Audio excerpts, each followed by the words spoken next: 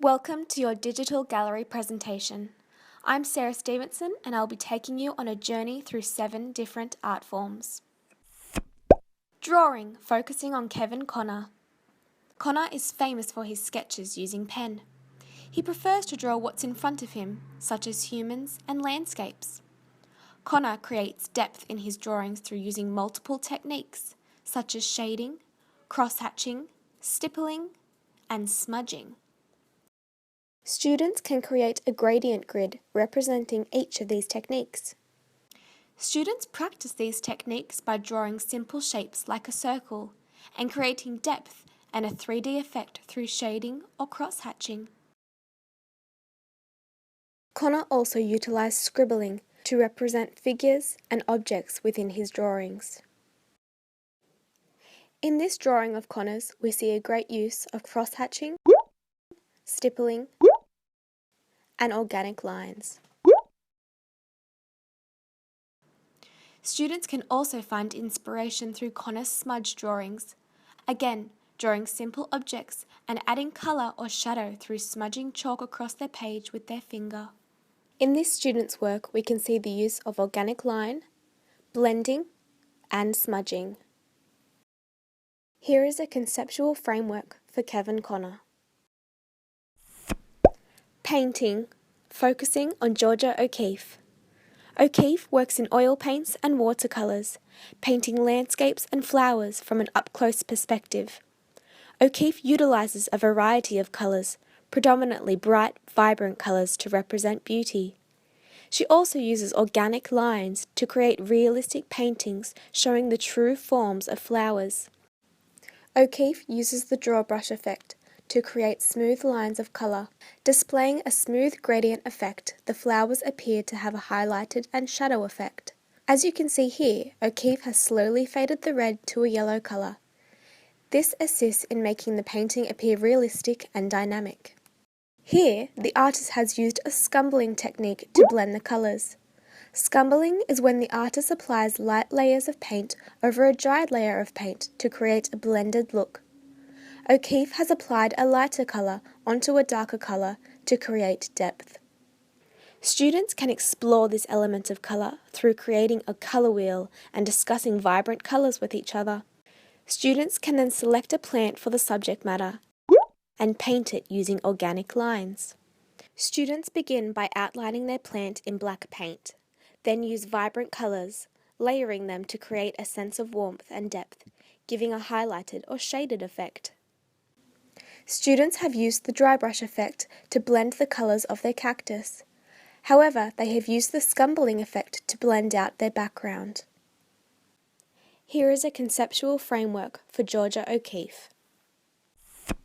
Printmaking, focusing on Margaret Preston. Preston created prints of Australian native fauna. She often used lino prints and wood blocks to create her artworks. Preston utilised vibrant colours and organic lines to create a realistic representation of the flowers. Students can explore these elements and create their own prints using scratch foam. Students begin by carving their native floral design into the scratch foam using a bamboo skewer. Then, using a brayer or a paintbrush, they spread desired paint colours over the board. Students then press this print onto a blank piece of paper using even pressure and remove to reveal their original printed artwork. Here is a conceptual framework for Margaret Preston. Sculpture, focusing on Juan Miro. Miro created uncommon, surreal sculptures. He used bright primary colours and created dramatic effects through his use of mass and space. He created fun, daring and humorous sculptures to portray various symbolistic meanings.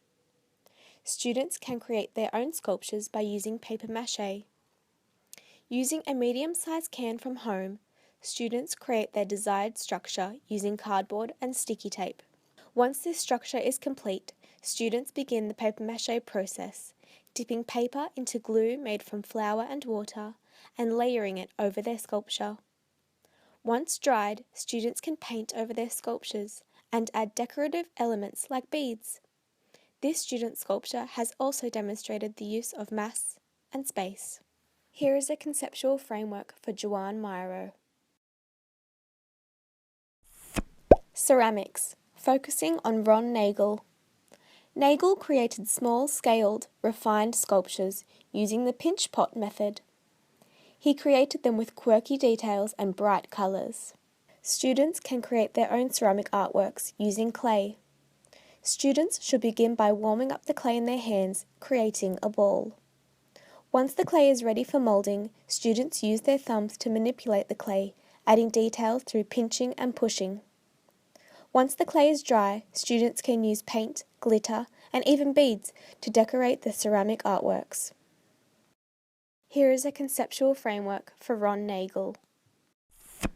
Fibre and textiles, focusing on Annie Albers.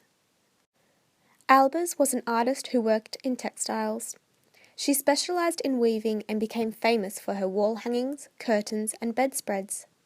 She constructed her weaving through both traditional and industrial methods, sometimes using her hands and other times using machinery. She also used a variety of different materials such as wool, paper, and even cellophane. Her weavings are made up of cool, organic, earthy colours such as whites, browns, and creams. Students can create their own weaving.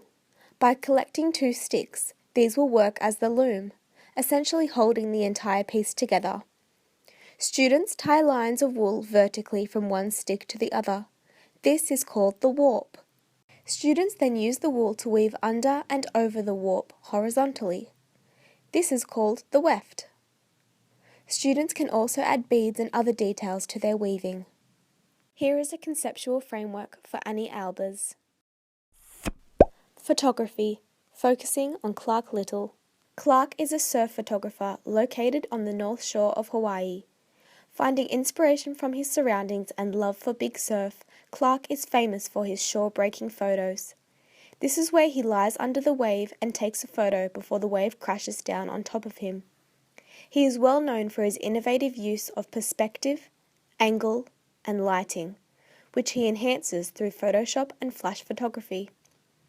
Here is a student's work demonstrating similar features of Clark Little. Aside from the subject matter being extremely similar, the photo represents a strong use of perspective, angle, and lighting. Here you can see how the student has enhanced the lighting and colour effects using Photoshop.